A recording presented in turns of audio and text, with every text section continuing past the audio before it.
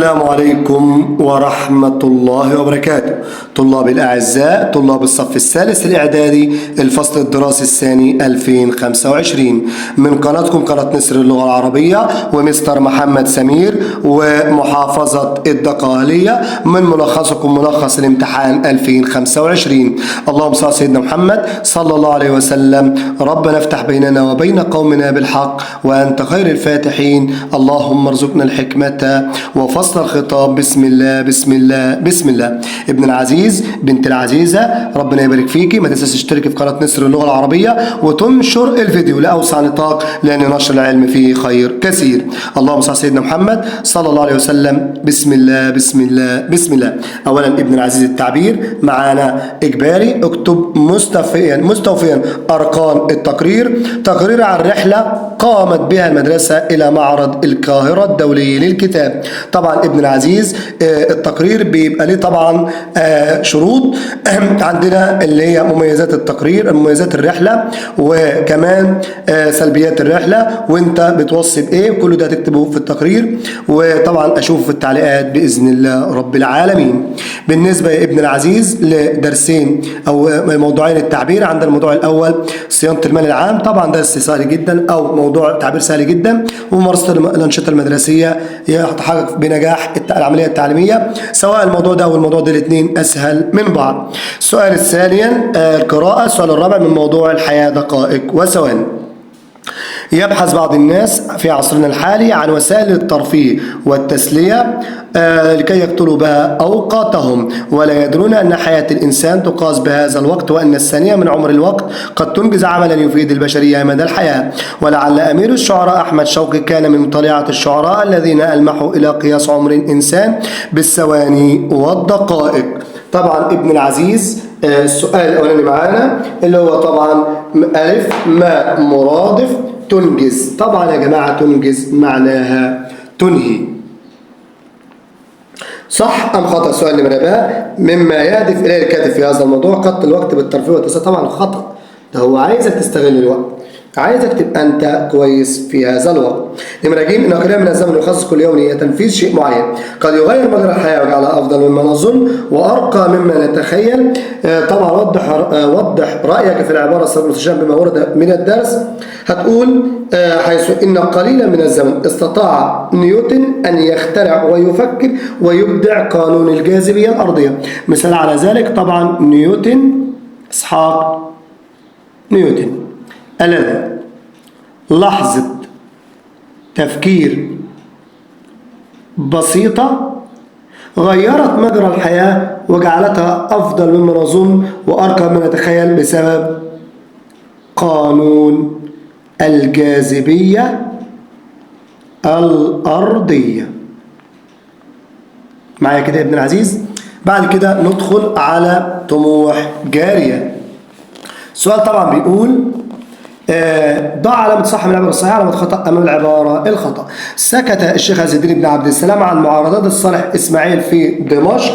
طبعا إجابة خطأ، بل جهر على الجامع الأموي وقال إن الحاكم الذي يبيع السلاح ويجيز بيع السلاح لأعداء الإسلام خارج عن دين الإسلام، منافر وناشز عن الجماعة.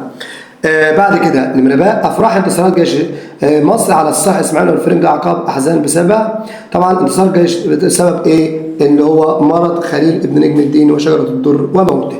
يبقى اللي خلى انتصار جيش مصر والفرح ده انتهى هو مرض خليل ابن نجم الدين ومات. السؤال نمرة ج. رفض بدر الدين طلب مندوب الفرنج العرض بالصلح وترك دمياط مقابل القدس. طبعا يا جماعة رفض لأن القدس لها أهمية كبيرة ومكانة عظمى في قلوبنا، وقال من أفهمك أننا سنفرط في قيد شبر من أرض العرب أو أرض فلسطين التي بها القدس الشريفة. يا جماعة يا أولاد الأعزاء يا بنات الأعزاء، نعرف أني طبعا في القدس المسجد الأقصى، اللهم رد إلينا المسجد الأقصى الأسير واجعل كيد أعدائك أعداءك في نحورهم. اللهم حرر المسجد الأقصى الأسير من أيدي اليهود القفرة الملاعين. اللهم انصر أهل غزة وفلسطين على اليهود القفرة الملاعين، لأن طبعا المسجد الأقصى يا جماعة أولى القبلتين والثالث الحرمين الشريفين، مصر النبي صلى الله عليه وسلم ومعراج النبي صلى الله عليه وسلم. لو تكلمنا كثيرا لن نوفيه حقا. دي يا جماعة يبقى رفض بسبب أنه قال إن أرض العرب كلها واحد، ولا نفرط في قيد شبر من أرض العرب، وخاصة أرض فلسطين الأرض المقدسة التي بها المسجد الأقصى. دعوتنا جميعا في الصلاة إن ربنا ينصر أهل غزة وفلسطين على اليهود الكفرة والملاعين، ويرفع رايتي الحق والدين، لا إله إلا الله محمد رسول الله. نمرة جيم يا جماعة، رفض بدر الدين طلب مندوب الفرنجي قلناها. بعد كده السؤال السادس، القراءة متحررة المحتوى. يمضي الزمان ويحتاج الإنسان إلى اختراعات وابتكارات تسهم في تيسير حياته وتزيل العقبات التي تواجهه، فهناك علاقة متينة بين حاجات الإنسان واختراعاته، لذلك يقوم المخترعون بمحاولات متتالية للوصول إلى اختراعات جديدة، وبعد أن يفرغوا من اختراعاتهم يعاود غيرهم البحث لوصول التطوير والتحسين. والهاتف مثال واضح على ذلك، فقد كان في بادئ الأمر هاتفا أرضيا ثم تطور إلى هوائي إلى أن تم ابتكار الهاتف المحمول الذي أصبح في متناول الجميع. استخرج من الفكرة السابقة كلمة تؤدي معنى متلاحقة يا جماعة، يعني متتالية. أهي محاولات متتالية. شاطرين أبنائي الأعزاء وبناتي صف الثالث الإعدادي. نمرة بقى، ده علامة صح أو علامة خطأ أمام العبارة الصح أو الخطأ.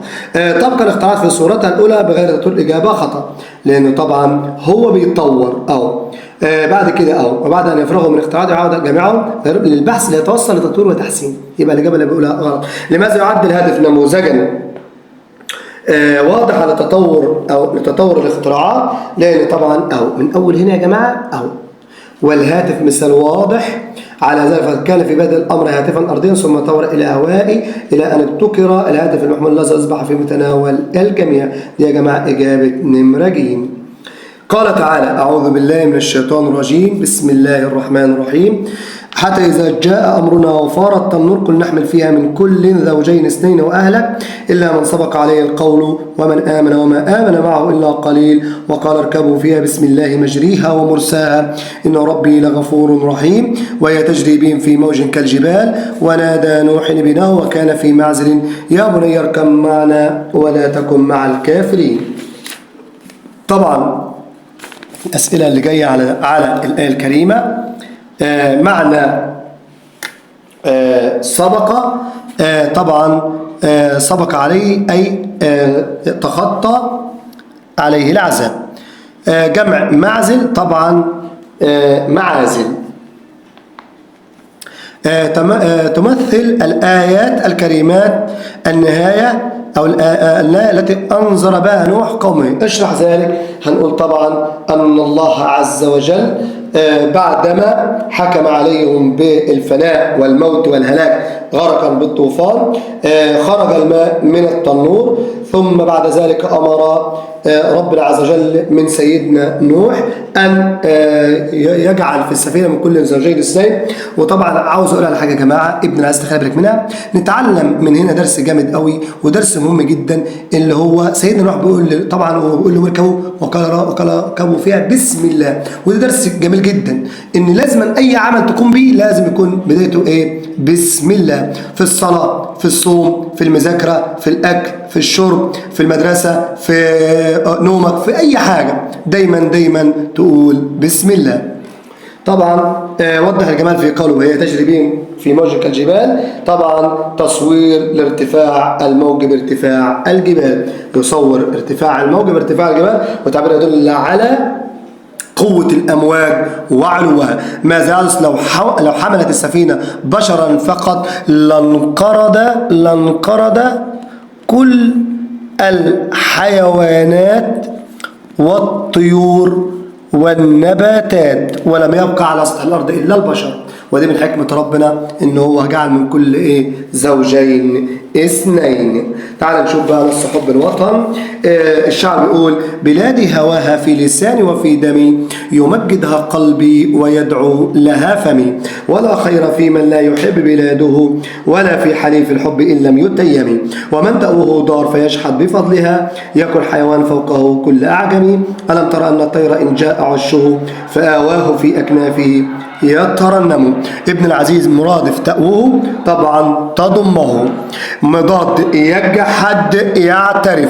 لو حبينا نشرح الأبيات يا جماعة: حب الوطن يسري في الدماء وهو فطرة مثله مثل أي شيء يولد به الإنسان، ولا خير في أي إنسان لا يحب بلاده، ولا في حليف الحب إن لم يتيم، ومن تأوه دار فيكرهها وينكر فضلها، يكن مثل الحيوان بل منزلته أدنى من الحيوان. وألم نتعلم من الطائر؟ تعلم يا ابن العزيز من الطائر الذي إذا جاء عشه فآواه في أكنافه يترنم. طبعا لما نجيب استنتج الجمال التعبيري في آواه في لسانه، حيث طبعا تعبير يدل على دوام الحديث عن بلاده، تعبير يدل على دوام الحديث عن بلاده فهو يحبها دائما. وظف الشاعر بيت ربع للتدليل على صحة فكرته وناقش أن الطير لابد أن نتعلم منه، لأنه لا يترك حب الوطن. طائر الهزاز يسير المسافات ويقطع المسافات الكثيرة ويذهب إلى قارة أخرى ثم يعود إلى عشه القديم في الربيع التالي. وهذه الكنانة طبعا هسيبه لك أنت تحله وتكتب لي إجابته في التعليقات. لو نظرنا يا جماعة إلى النحو بعد ركز معايا ابن العزيز. عندنا قطعة النحو: الثقافة نسيج الوجدان، الوجود الإنساني المرجو، وتمثل الثقافة نبض الحياة. طبعا ماذا تمثل نبض؟ فتبقى مفعول به منصوب وعلامة نصبه الفتحة الظاهرة. وقصص الشعوب حول العالم وتقاليدها وقيمها، وموقعها طبعا قلقل، موقعها قلقل. طبعا يا جماعة ده مبتدأ، بداية جملة مبتدأ مرفوع بالضمة والهاء مضاف إليه، مبتدأ مرفوع بالضمة والهاء ضمير مبني في محل جر مضاف إليه. استخرج من القطعة السابقة اسم مفعول، طبعا أهو مرجو، يصنع مرجو بس الاثنين وضعهم في بعض فلها رجية. المبني للمجهول يا ابني في اسم المفعول الفعل دايما يبقى يكون مبني للمجهول. اسم فاعل هنمشي يا جماعة مع القطعة، نبدأ نمشي كده لحد ما نوصل نلقى داع اهي، اسم فاعل داع. الأب المثقف يأتي في معالجة القضايا، يتأنى في معالجة قضايا أسرته. اسم التفضيل من الفعل يتأنى تأنيا، أكثر تأنيا أهي، لأن بجيب المصدر الصريح. بعد كده بدأ الوجود الإنساني مع انتشار الثقافة. اسم الزمان من الفعل بدأ مبدأ على وزن مفعل. 3 أنشاء المصريون مقياسا على النيل. اسم الآلة مقياس على وزن مفعل بكسر الميم. الأم المصرية 4 تحيط أبنائها بالرعاية، طبعا محاطة لو هي اسم فاعل. طيب أحيط، أحاط، يحاط، محيطة، يبقى يحيط محيط أهي لو اسم فاعل. طب لو اسم مفعول هتبقى محاطة، ركز قوي. يبقى هنا الفعل ده أحاط يبقى يحيط محيط، معايا كده؟ تمام. الحق أعيد لأصحابه، الفعل أعيد طبعا لو حبينا نجيب منه اسم الحق يعاد يبقى معاد أهو. مصر تلتقي فيها الثقافات، ضع اسم مكان مناسب، هنقول مصر ملتقى. ملتقى مش الفعل، الثقافة اسم مكان. طبعا الخط العربي تكتب مرة بخط النسب ومرة بخط رقعة بدون تشخبيط. كن كالنخيل عن الأحقاد مرتفعا، يرمى بحجر فيلقى أطيب الثمر. طبعا الإملاء تخلي ولي الأمر يملها لك أي إملاء. طبعا ابن العزيز ما تنساش تشترك في قناة نسر اللغة العربية، قناة مستر محمد سمير، تشارك الفيديو وتوسع نطاق الفيديو لأوسع نطاق، لأن نشر علم في خير كثير. في نهاية الفيديو صلى اللهم على سيدنا محمد وعلى آله وصحبه وسلم. سلامات الله عليكم ورحمته وبركاته.